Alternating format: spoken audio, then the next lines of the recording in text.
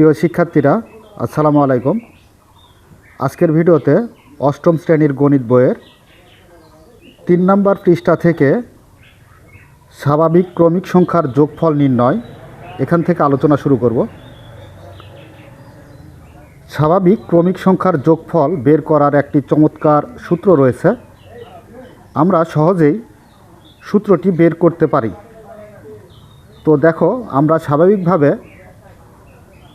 স্বাভাবিক সংখ্যার যোগফল বের করি কিভাবে। 1 যোগ 2 যোগ 3 যোগ 4 যোগ 5 যোগ এভাবে মনে করো অসংখ্য সংখ্যা আছে। তো সেক্ষেত্রে আমরা কি করব, 1 আর 2 যোগ করলে 3, 3 আর 3 যোগ করলে 6, 6 আর 4 যোগ করলে 10, 10 5 যোগ করলে 15, এভাবে স্বাভাবিক সংখ্যার যোগফল আমরা নির্ণয় করি। কিন্তু এখানে একটা সূত্র রয়েছে, যদি আমরা সূত্রটা সহজেই বের করতে পারি তাহলে স্বাভাবিক সংখ্যার যতগুলাই সংখ্যা থাক সবগুলা খুব সহজে আমরা নির্ণয় করতে পারবো। মনে করি 1 থেকে 10 পর্যন্ত ক্রমিক স্বাভাবিক সংখ্যার যোগফল ক। তার মানে 1 থেকে 10 পর্যন্ত স্বাভাবিক যে ক্রমিক সংখ্যাগুলো আছে সেগুলা 1 2 3 4 করে এভাবে লিখে এই সবগুলোর যোগফল আমরা ক ধরেছি। অর্থাৎ ক সমান 1 যোগ 2 যোগ 3 যোগ 4 যোগ 5 যোগ 6 যোগ 7 যোগ 8 যোগ 9 যোগ 10, এভাবে 10টা সংখ্যা লিখে নিলাম। এরপর লক্ষ্য করো, এখানে প্রথম সংখ্যা 1 এবং শেষের সংখ্যা 10। 10 আর 1 যোগ করলে আমরা পাবো কত, 11। এই যে প্রথম সংখ্যা 1 আর শেষ সংখ্যা 10 যোগ করে আমরা পাইছি কত, 11।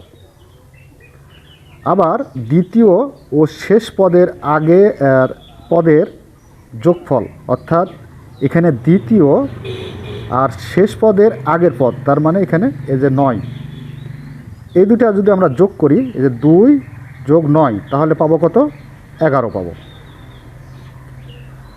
একই যোগফলের প্যাটার্ন অনুসরণ করে 5 জোড়া সংখ্যা পাওয়া গেল। তো আচ্ছা, তো এভাবে দেখো যে 3 আর 8 যোগ করলে 11, 4 আর 7 যোগ করলে 11, 5 আর 6 যোগ করলে 11।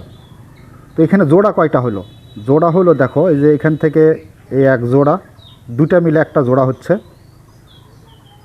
এখান থেকে এই যে একটা জোড়া, 2 জোড়া,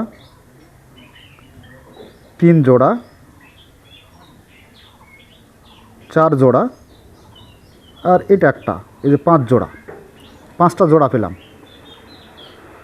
তো এখানে কি বলা হলো, দেখো 5 জোড়া সংখ্যা পাওয়া গেল। সুতরাং যোগফল টোটাল আমাদের যোগফল কতগুলো ছিল, এই যে এই প্রথম সংখ্যা আর শেষ সংখ্যা যোগ করে আমরা কত পাইছিলাম, 11 পাইছিলাম। এই 11 গুণ এখানে যে 5টা জোড়া পেলাম সে 5। তো 11 দ্বারা 5কে গুণ করলে 5 11 55। এ থেকে স্বাভাবিক ক্রমিক সংখ্যার যোগফল বের করার একটি কৌশল পাওয়া গেল। তো এই কৌশলটা আরও বিস্তারিত আমরা দেখব পরের পৃষ্ঠায়। কৌশলটি হলো, প্রদত্ত যোগফলের সাথে সংখ্যাগুলোর বিপরীত ক্রমে লিখে যোগ করে পাই। তার মানে আমরা 10টি ক্রমিক স্বাভাবিক সংখ্যার যোগফল কত ধরেছিলাম, ক।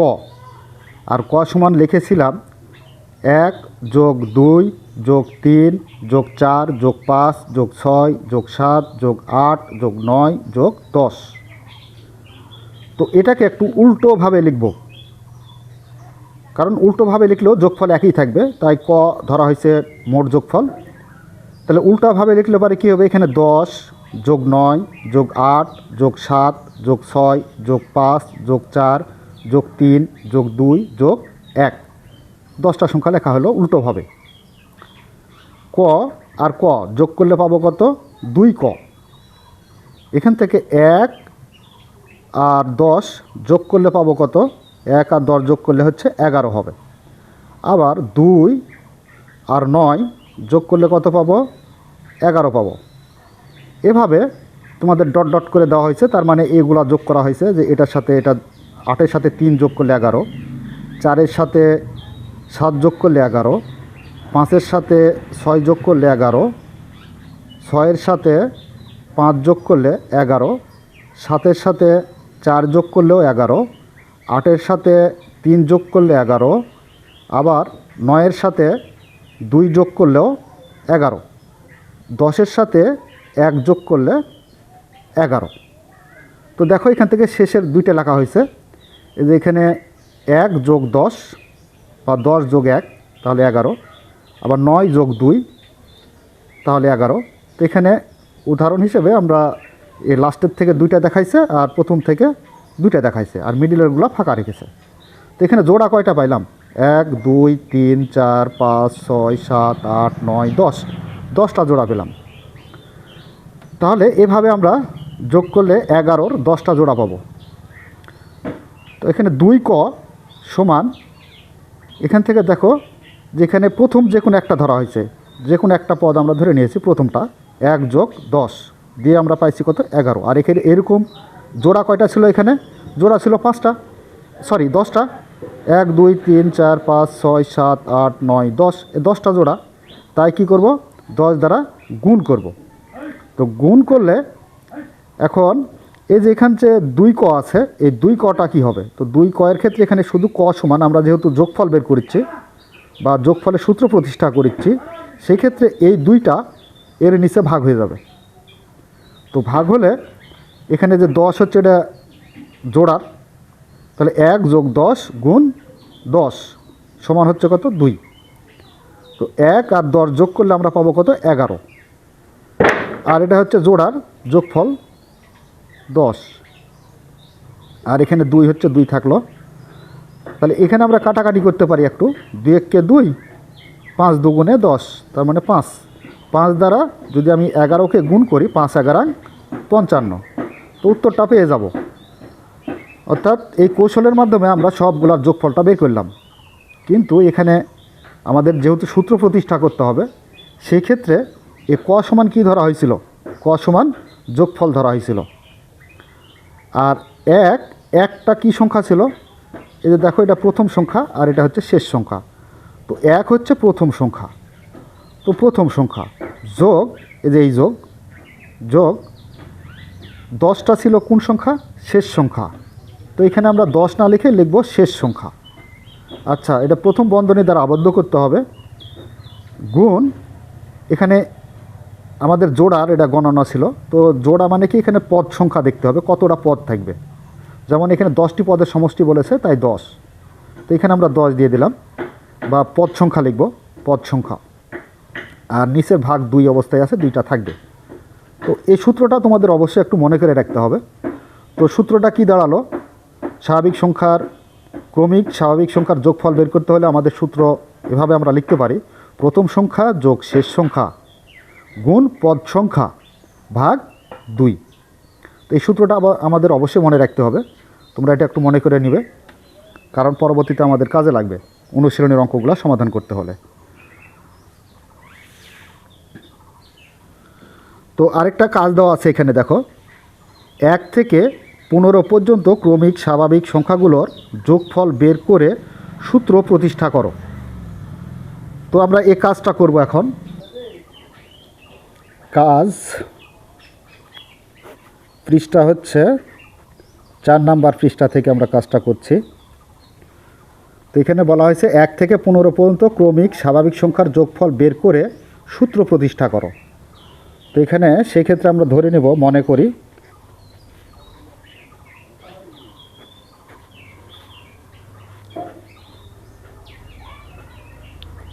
ক্রমিক স্বাভাবিক সংখ্যার যোগফল ক ধরে নিলাম। তাহলে এখানে ক সমান কি করা যায়? অর্থাৎ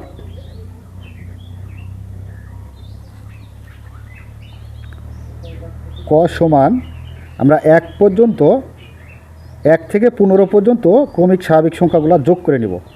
1 যোগ 2 যোগ 3 যোগ 4 যোগ 5 যোগ 6 যোগ 7 যোগ 8 যোগ 9 যোগ 10 যোগ 11 যোগ 12 যোগ 13 যোগ 14 যোগ 15। যেহেতু 1 থেকে 15 পর্যন্ত ক্রমিক স্বাভাবিক সংখ্যার যোগফলের সূত্র প্রতিষ্ঠা করতে বলেছে, সেহেতু আমরা 1 থেকে 15 পর্যন্ত ক্রমিক স্বাভাবিক সংখ্যাগুলা যোগ করে নিলাম। তো এটাকে একটু আবার উল্টোভাবে সাজাইতে হবে। তো এখানে ক দিতে হবে, তাহলে এখানে 1-এর জায়গাতে হবে কত? 15 যোগ 14 যোগ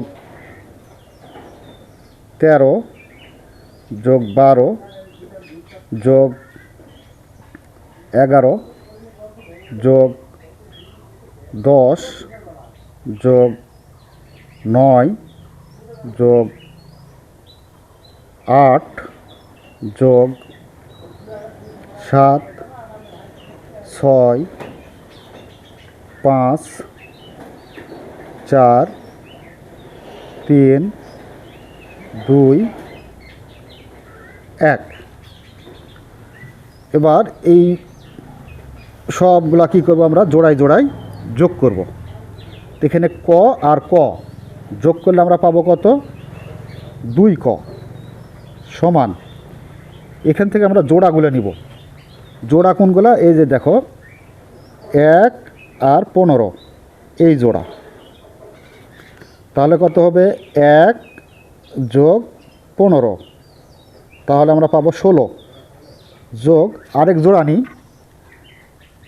2 যোগ 14, তাহলে কত হবে? তাও 16 হবে। তাহলে 2 যোগ 14 যোগ, এভাবে ড্যাশ ড্যাশ দিয়ে আমরা লাস্টের 2 এক দিয়ে এভাবে যোগফল দিয়ে দেবো। 15 আর 1, 15 যোগ 1, তাহলে কত হয়? 16 যোগ 14 আর 2 যোগ করলে কত পাবো আমরা? তাও 16 পাবো। 14 যোগ 2 16 যোগ, এভাবে ড্যাশ ড্যাশ দিয়ে রেখে দাও। প্রথম থেকে আমরা 2টা দেখালাম এবং শেষ থেকে 2টা দেখালাম। তাহলে এর কয়টা জোড়া হবে? জোড়া হবে 15 জোড়া হবে, কারণ 1 থেকে ক্রমিক স্বাভাবিক সংখ্যা 15 পর্যন্ত ধরতে বলেছে, সেহেতু আমরা আবার এখানে উল্টামুখে লিখেছি 15 থেকে 1 পর্যন্ত। সেহেতু একে যদি আমরা জোড়া করি তাহলে আমরা 15টা জোড়া পাবো। তো এখান থেকে আমরা প্রথম সূত্রটা ধরে নিই, এখান বা 2 ক সমান, এখানে 1 প্রথমটা নিই, 1 যোগ 15 গুণ, এখানে কয়টা জোড়া আছে? 15টা জোড়া আছে। গুণে নিতে পারবে, এই যেভাবে গুনবে, 1 জোড়া, 2 জোড়া, 3 জোড়া, 4 জোড়া, 5 জোড়া, 6 জোড়া, এইভাবে 15টা জোড়া বার হবে। তাহলে খালি ক সমান কত হবে? 1 যোগ 15 ভাগ, এই 2টা ভাগ অবস্থায় যাবে। আর এর সাথে কি অবস্থায় আছে? এই যে এটা জোড়া, গুণ 15। তো একে একটু আমরা কাটাকাটি করে এই অঙ্কটা এখানে শেষ করতে পারি। 1 আর 15 যোগ করলে কত হবে? 16 গুণ 15 ভাগ 2। 2 দ্বারা যদি 16কে ভাগ করি তাহলে পাবো 8। 8 দ্বারা 15কে গুণ করলে 5 8 40 শূন্য, হাতে 4। 8 দ্বারা 1 গুণ করলে 8 1 8 আর 4 12, 120। তো এখানে আমরা যোগফল কত পাইলাম? 120 পাইলাম। এখন আমাদের কাজ কি? এখন আমাদের কাজ হচ্ছে সূত্র প্রতিষ্ঠা করা। তো দেখো আমরা এখন সূত্রটা প্রতিষ্ঠা করি, কিভাবে সূত্রটা প্রতিষ্ঠা করা যায়। তো সূত্রটা প্রতিষ্ঠা করতে হলে তোমাকে অবশ্যই এই লাইন থেকে প্রতিষ্ঠা করতে হবে। এই লাইন থেকে, এই লাইনের উপর ভিত্তি করে, যেমন আমি এখান থেকে দেখো লাল কালি দিয়ে তোমাদের চিহ্নিত করে দিচ্ছি, এই লাইন থেকে তোমরা সূত্রটা প্রতিষ্ঠা করবে। তো এখানে ক সমান কী ধরা হয়েছিল? ক সমান ধরা হয়েছিল যোগফল। তাহলে অতএব ক সমান আমরা ধরবো যোগফল সমান, এই যে সমান আছে সমান দিলাম, একটা কি ছিল, একটা ছিল এই যে প্রথম পদ, এই যে প্রথম পদ 1, আর এই 15 ছিল কি শেষ পদ, এই যে শেষ পদ। তাহলে এখানে লিখবো আমরা পদ তো নয় সংখ্যা, এখানে প্রথম সংখ্যা, এখানে যোগ চিহ্ন আছে তাই যোগ, যেটাতে হবে যোগ, 15টা হচ্ছে শেষ সংখ্যা, শেষ সংখ্যা প্রথম বন্ধনী দ্বারা আবদ্ধ করতে হবে, গুণ 15টা হচ্ছে পদ সংখ্যা, তাহলে এখানে লিখব পদ সংখ্যা,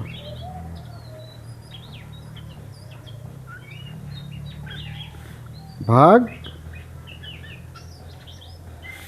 এই যে 2, এই যে 2, এই 2টা আসবে। তো এই হচ্ছে আমাদের সূত্র প্রতিষ্ঠা। প্রিয় শিক্ষার্থীরা, আশা করি তোমরা সূত্র প্রতিষ্ঠাটা বুঝতে পেরেছ। এই সূত্রটা অবশ্যই তোমাদের পরবর্তীতে কাজে লাগবে, একটু মনে করে রাখতে হবে, তো একটু মনে করে রাখবে। তো দেখো, এটা হচ্ছে আমাদের কাজ 4 পৃষ্ঠার। তো আজকের ভিডিও এ পর্যন্তই। আগামী পর্ব থেকে আমরা প্রথম 10টি বিজোড় সংখ্যার যোগফল নির্ণয় এখান থেকে আলোচনা শুরু করব। ততক্ষণ পর্যন্ত ভালো থাকো, সুস্থ থাকো, এই কামনায়। ধন্যবাদ সবাইকে।